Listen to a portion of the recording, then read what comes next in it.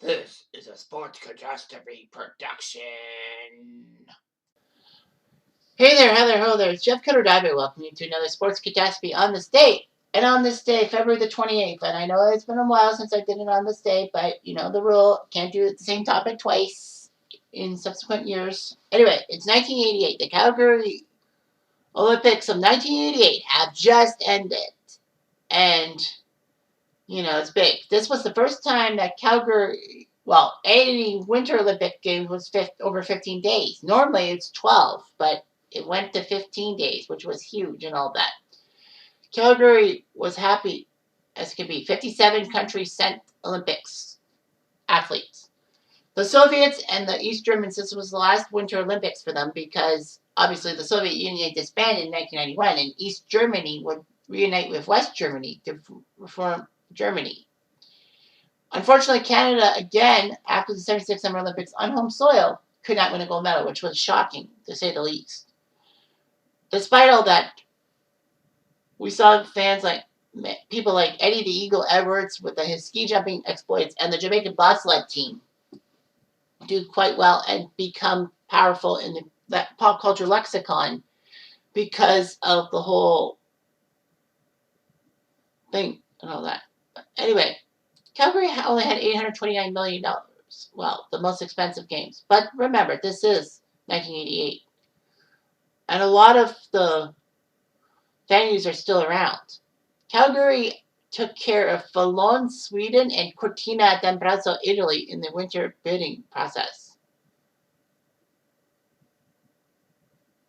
Calgary could not believe it, all that.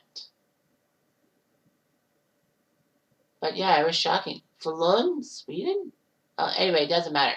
Calgary used its beautiful stuff. And of course, in 1981, 7 years before the Olympics are held, they have a vote. And Calgary simply had it. You know, Canada was getting the Winter Olympic Games and all that. The good news for Cortina is that they, alongside Milan, will be hosting the 2026 Winter Games, the next Winter Olympics coming up. So yeah, so the venues were good. They built the Saddle Dome for the Calgary Flames back in 1983, and it was for international ice and all that. It still looked pretty good. 57 countries came in. Argentina surprisingly sent 16 competitors to the Olympics. And Argentina, you don't really think is a Winter Olympics country. Chile sent 6. By comparison, Greece sent 7. Guatemala sent 7 Winter Olympians. Wow. The Virgin Islands sent 8. Turkey sent 8. Spain sent 13. Wow. So, yeah. Mexico sent 12. So, there were 10 disciplines for Olympics. They had alpine skiing, biathlon, bobsled, cross-country skiing, figure skating, hockey, luge, Nordic combined, ski jumping, and speed skating. Meanwhile, curling, freestyle skiing, and short track speed skating, well, freestyle skiing, the moguls, and all that, they were demonstration sports, so no medals. And I think Canada won a gold medal in curling, I can't remember, but it doesn't matter. So anyway, the weather conditions were huge and all that.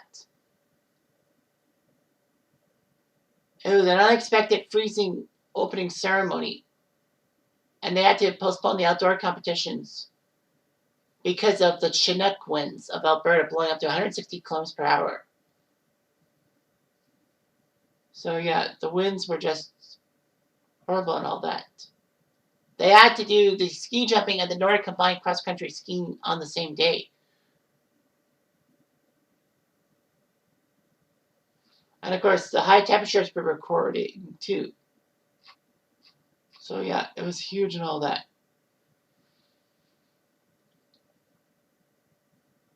So anyway, it was huge and all that.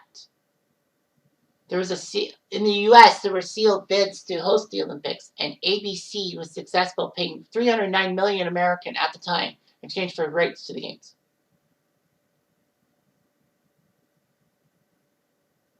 So anyway, ABC got the Winter Olympics, whereas NBC got the Summer Olympics.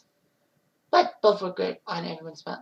CTV were the country to host the Olympic for Canada and all that. It was amazing and all that.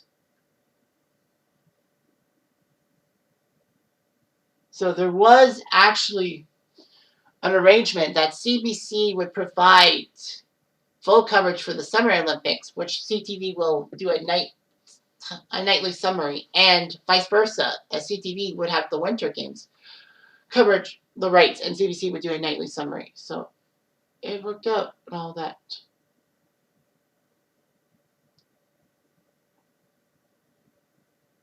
So anyway, there were a lot of community things, finances. Torch relay was huge. A youngster by the name of Robin Perry was the one who lit the cauldron on February 13th and all of that. So it worked out quite well. But of course, there was the strong Chinook winds made the temperatures high as 17 Celsius. Those temperatures you can kind of see in May.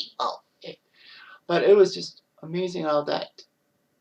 And alpine events were held on artificial snow instead of real snow. All that. But anyway, it brought some great performances. Matti Nykänen, the Finnish ski jumper, and Dutch ski skater Johan van Gennep took 3 gold medals each. Alberto Tomba won a couple of key skiing events. Katarina Witt winning the figure skating championship over Liz Manley, which kind of was an uproar for Canada because Miss Elizabeth Manley was doing quite well. But Manley could have screwed up and not won a medal at all. Canada did win. Yeah, Canada won a couple medals in demonstration events, but they don't count. Brian Orser and Elizabeth Manley both won silver medals.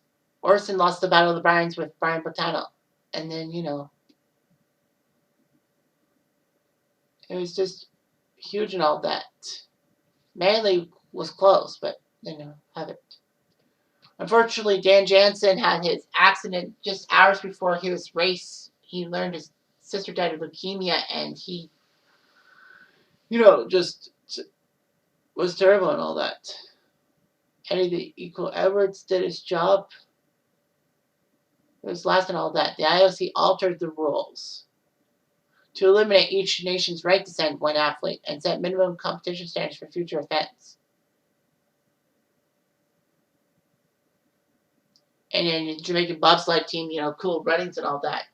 They were doing decently, and then they turned over, but they decided to take the sled and all that. So 5 medals for Canada, 2 silvers, 3 bronzes.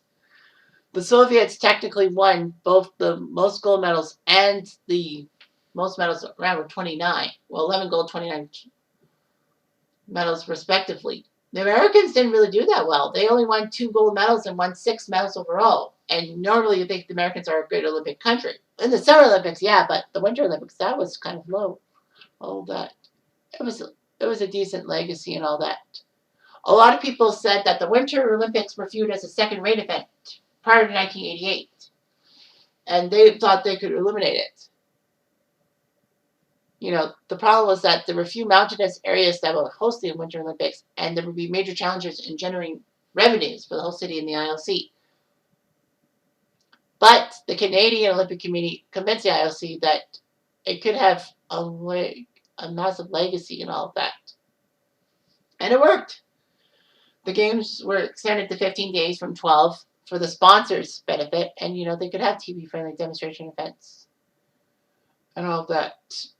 And the exposure to curling, freestyle skiing, and short track speed skating, in turn, would be Olympic medal events. Well, curling took to 98. The other two took to 92 to do so. So it was just humongous. Calgary had a good impact, everybody's games and all that. Calgary, shockingly, had a chance to host the 2026 Olympics, but the voters said no. So anyway, it was just hard to believe and all that. And Canada did accomplish a little bit of solidarity. But, a gold medal is a gold medal. But you know, it still was a good games and all that. To see Calgary and Canada bring support and bring the Winter Olympics back to a decent first rate event. Anyway, I jumped. I'm going to do